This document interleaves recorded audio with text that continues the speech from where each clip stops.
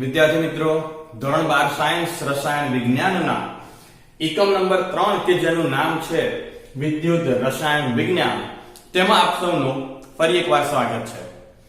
આજે આપણે ખૂબ જ અગત્યના પ્રશ્નની વાત કરીએ છીએ કે જે છે ગેલ્વેનિક કોષ વિશે સમજાવો। તો ગેલ્વેનિક કોષ કોને કહેવાય તેના વિશે આપણે સમજવું છે। સૌપ્રથમ જવાબમાં આપણે લખીશું સિદ્ધાંત। અહીંયા મેં ઘણા બધા પોઈન્ટ ટૂંકમાં લખેલા છે, આપ તેને સવિસ્તાર લખશો। અહીંયા આપણે શું સિદ્ધાંત લખીશું વિડિયો નંબર 1 પ્રમાણે કે જે કોષ રાસાયણિક ઉર્જાનું રૂપાંતરણ વિદ્યુત ઉર્જામાં કરે, હે ને, રાસાયણિક ઉર્જાનું રૂપાંતરણ વિદ્યુત ઉર્જામાં કરે તેવા કોષને કયો કોષ કહેવાય છે? ગેલ્વેનિક કોષ અથવા વિદ્યુત રાસાયણિક કોષ। અથવા કરીને બીજી રીતે પણ આ નિયમ લખી શકાય સિદ્ધાંત, જે કોષમાં પ્રક્રિયકો વચ્ચેનો સંપર્ક માત્ર ઇલેક્ટ્રોન વિનિમય દ્વારા થતો હોય, પ્રક્રિયકોનો સંપર્ક કોના દ્વારા થતો હોય? માત્ર ઇલેક્ટ્રોન વિનિમય દ્વારા થતો હોય, એટલે ઇલેક્ટ્રોનની જ આપલે થઈ શકતી હોય તેના દ્વારા પ્રક્રિયકોનો સંપર્ક થાય છે તો એને ગેલ્વેનિક કોષ કહેવાય, વિદ્યુત રાસાયણિક કોષ કહેવાય। અહીંયા આપણે એક આકૃતિ દોરવી પડશે। હું તમને સૌપ્રથમ આકૃતિ સમજાવું। એક પાત્ર અહીંયા દોરેલું છે, બીજું પાત્ર અહીંયા છે, પાત્ર A, પાત્ર B। અહીંયા એક નળી છે યુ આકારની, એ યુ આકારની નળીને નામ આપેલું છે ક્ષાર સેતુ, જેમાં એમોનિયમ નાઇટ્રેટ, એમોનિયમ ક્લોરાઇડ કે પોટેશિયમ નાઇટ્રેટ જેવું જલીય દ્રાવણ ભરી શકાય છે એની અંદર।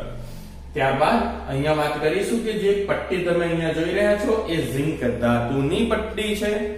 ઝિંક ધાતુની આ પટ્ટી એનોડ તરીકે વર્તે છે અને ત્યાં એ ઓક્સિડેશન અનુભવે છે। અહીંયા કોપર ધાતુની પટ્ટી છે જે કેથોડ તરીકે વર્તે છે અને રિડક્શન પ્રક્રિયા અનુભવે છે। એટલે અહીંયા કેવી રીતે યાદ રાખશો?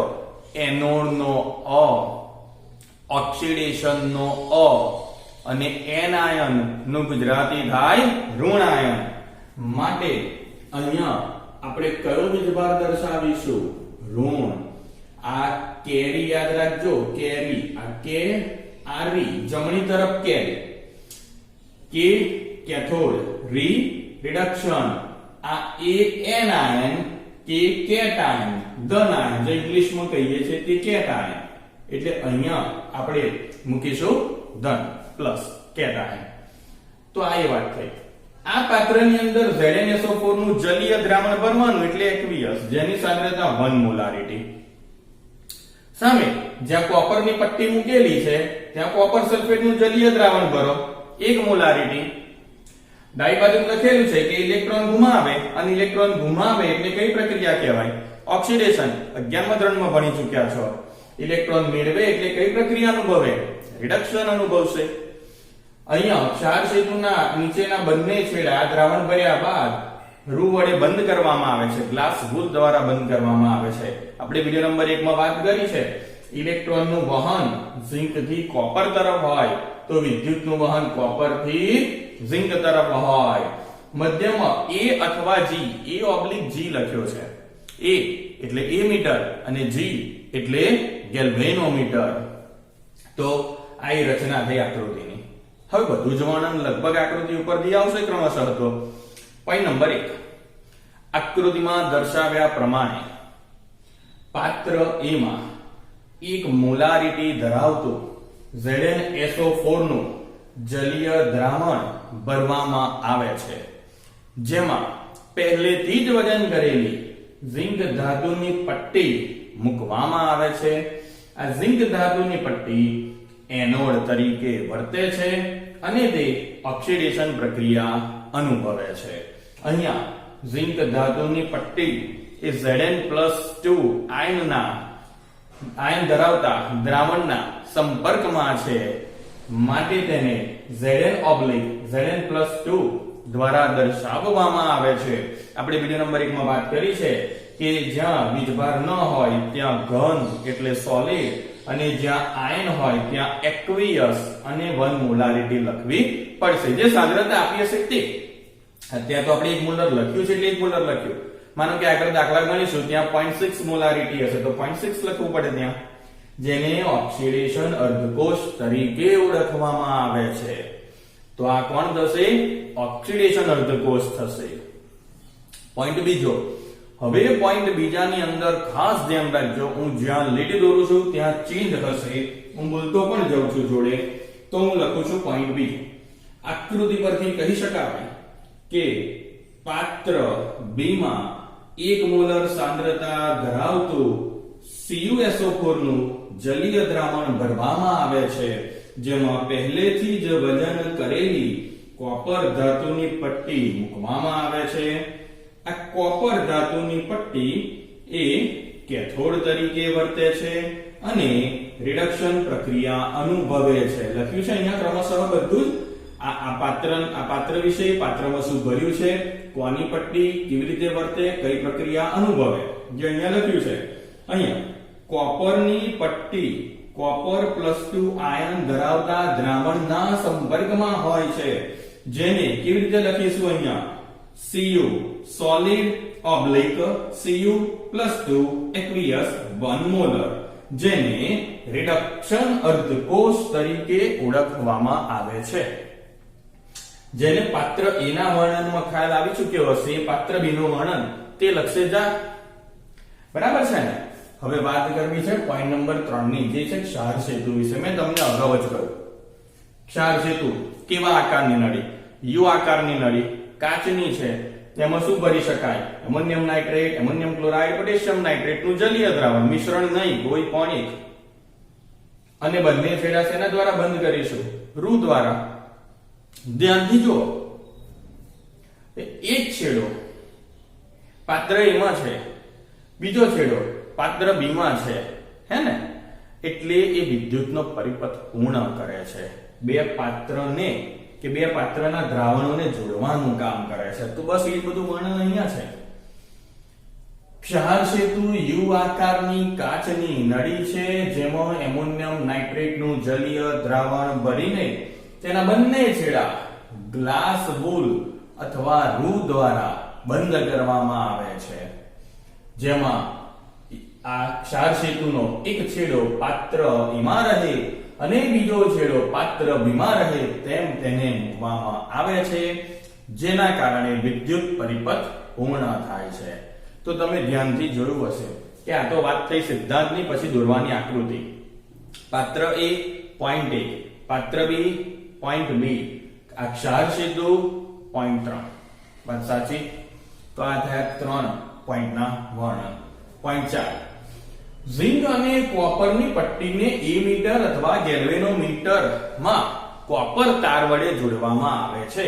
તો એ પણ મેં વાત કરી પહેલા, આ બંનેને જોડ્યા છે કોના દ્વારા? મેં કહ્યું હતું A/G, એટલે A મીટર અથવા ગેલ્વેનોમીટર મારફતે એકબીજા સાથે જોડવામાં આવે છે, જેમાં કોપરનો તાર વપરાશે.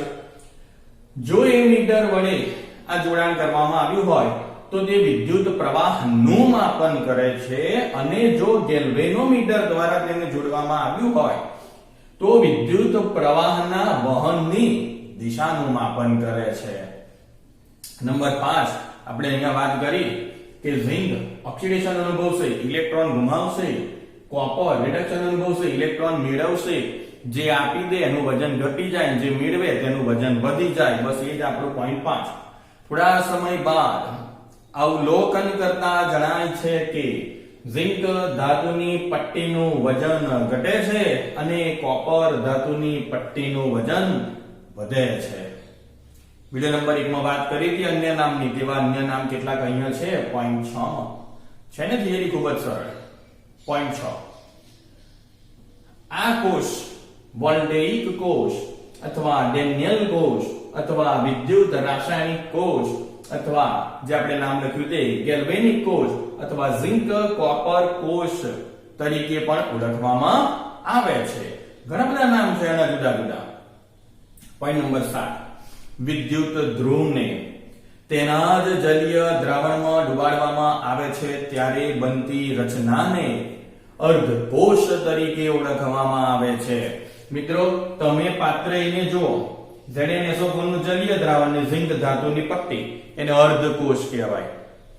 માત્ર કોપરની પટ્ટી કોપર સલ્ફેટનું દ્રાવણ પાત્ર B ની જ રચના જમણી તરફનું એને અર્ધકોષ કહેવાય અને બંનેને ક્ષાર સેતુથી જોડી દઈએ એટલે એને વિદ્યુત રાસાયણિક કોષ કહેવાય પૂર્ણ કોષ કહેવાય જેમાં ધાતુ અને આયનની વચ્ચે એક ઊભી લીટી દોરવામાં આવે છે એક આ ધાતુ એટલે સોલિડ આ આયન એટલે એક્વિયસ 1 મોલારિટી બેની વચ્ચે કેટલી ઊભી લીટી દોરવાની એક જ સાહેબ આ પાત્ર A માટે લખ્યું પાત્ર B માટે લખાય આવું લખાય ને આ શું લખ્યું આવું લખાય આ જ લખવાનું જો કોષમાં ક્ષાર સેતુનો ઉપયોગ કરવામાં આવ્યો હોય તો બે અર્ધકોષ વચ્ચે બે ઊભી લીટી દોરવામાં આવે છે તમારું વાક્ય લખવાનું બે ઊભી લીટી નહીં દોરી દેવાની જો ક્ષાર સેતુનો ઉપયોગ કરવામાં આવ્યો હોય વિદ્યુત રાસાયણિક કોષની રચના કરવામાં તો બે અર્ધકોષ વચ્ચે કેટલી ઊભી લીટી દોરવાની બે આ બે અર્ધકોષ થાય ને એમની વચ્ચે બે ઊભી લીટી દોરવાની અને જો ક્ષાર સેતુનો ઉપયોગ ન કરવામાં આવ્યો હોય તો માત્ર કેટલી ઊભી લીટી દોરવાની એક જ ઊભી લીટી દોરવાની વળી પાછું આ પણ ધ્યાનમાં રાખજો કોષના સાંકેતિક નિરૂપણમાં એનોડ ડાબી તરફ લખવામાં આવે છે જે ઋણ ભાર ધરાવે છે અને કેથોડ જમણી તરફ લખવામાં આવે છે જે ધન ભાર ધરાવે છે લખ્યું ને આપણે ડાબી બાજુ ઋણ જમણી બાજુ ધન એ એટલા માટે અહીંયા લખ્યું આ ઋણ અને ધન અહીંયા કોષનું સાંકેતિક નિરૂપણ છે Zn solid oblique Zn+2 aqueous 1 molarity ક્ષાર સેતુ વાપર્યો છે હા કેટલી ઊભી લીટી 2 Cu+2 oblique Cu aqueous 1 molar solid હવે તમને પ્રશ્ન તો થશે ભાઈ તમે Zn+2 Cu+2 લખ્યું અહીંયા Zn+2 Cu+2 કેમ લખ્યું તો Zn માંથી Zn+2 બને છે તો એ કઈ પ્રક્રિયા હશે ઓક્સિડેશન અને Cu+2 માંથી Cu બને તો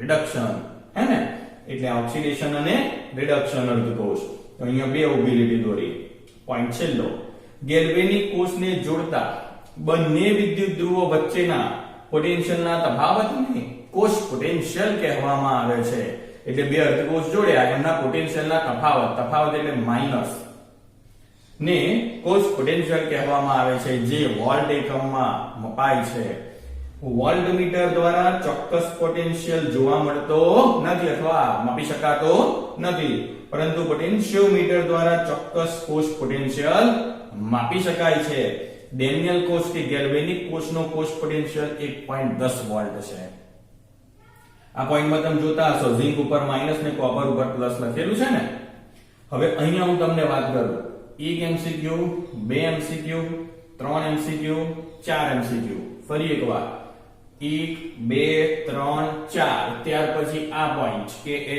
ક્ષાર સેતુમાં કોનું જલીય દ્રાવણ ભરવામાં આવે છે તો આમાં કોઈ પણ એક ઓપ્શન હશે તો અહીંયા 4 તમારી જોડે થશે 1 માર્કના MCQ બીજા અગત્યના પ્રશ્નની વાત કરીશું આપણે તો એ કોષ છે હાઇડ્રોજન વિદ્યુત ધ્રુવ કોષ એટલે હાઇડ્રોજન વિદ્યુત ધ્રુવ વિશે સમજાવો એવો પ્રશ્ન પૂછાય અથવા કરીને બીજી રીતે પ્રશ્ન પૂછાશે કે પ્રમાણિત હાઇડ્રોજન વિદ્યુત ધ્રુવ વિશે સમજાવો શબ્દ છે પ્રમાણિત એટલે સ્ટાન્ડર્ડ અથવા વિદ્યુત ધ્રુવ પોટેન્શિયલના માપનની પદ્ધતિ સમજાવો વિદ્યુત ધ્રુવનો પોટેન્શિયલ કેવી રીતે માપી શકાય આ પદ્ધતિ સમજાવો એમ કે છે એની માટે સૌપ્રથમ આપણે જોઈશું પોઈન્ટ નંબર 1 ટોટલ આ પ્રશ્નનો જવાબ 6 પોઈન્ટનો છે એમાં વાત કરીશ પોઈન્ટ નંબર 1 ની કોઈ પણ અર્ધકોષના કોષ પોટેન્શિયલનું મૂલ્ય માપી શકાતું નથી હું તમને એવો પ્રશ્ન પૂછી લઉં કે બોરસદ કેટલા કિલોમીટર અમદાવાદ કેટલા કિલોમીટર કે આણંદ કેટલા કિલોમીટર તો તમે સીધું ડિસ્ટન્સ કહી શકતા નથી કારણ કે ક્યાંથી કઈ જગ્યાએથી એવો મેં કોઈ ઉલ્લેખ કરેલો નથી અને એટલે જ આની માટે એક શબ્દ વપરાય છે જે શબ્દ છે સંદર્ભ ધ્રુવ હા હું એવો પ્રશ્ન પૂછી શકું કે ભાદરણથી બોરસદ કેટલા કિલોમીટર ભાદરણથી આણંદ અને ભાદરણથી અમદાવાદ તો ભાદરણ એ સંદર્ભ ધ્રુવ થયો અને બાકીના ગામ કે શહેરના કિલોમીટર આપણે માપ્યા તો એવી જ પરિસ્થિતિ અહીંયા છે કે કોઈ પણ અર્ધકોષના કોષ પોટેન્શિયલનું મૂલ્ય માપી શકાતું નથી તમે ઝિંક Zn+2 ની જે વાત છે Zn/Zn+2 એના અર્ધકોષનું કોષ પોટેન્શિયલનું મૂલ્ય તમે માપી શકશો નહીં કારણ શું છે?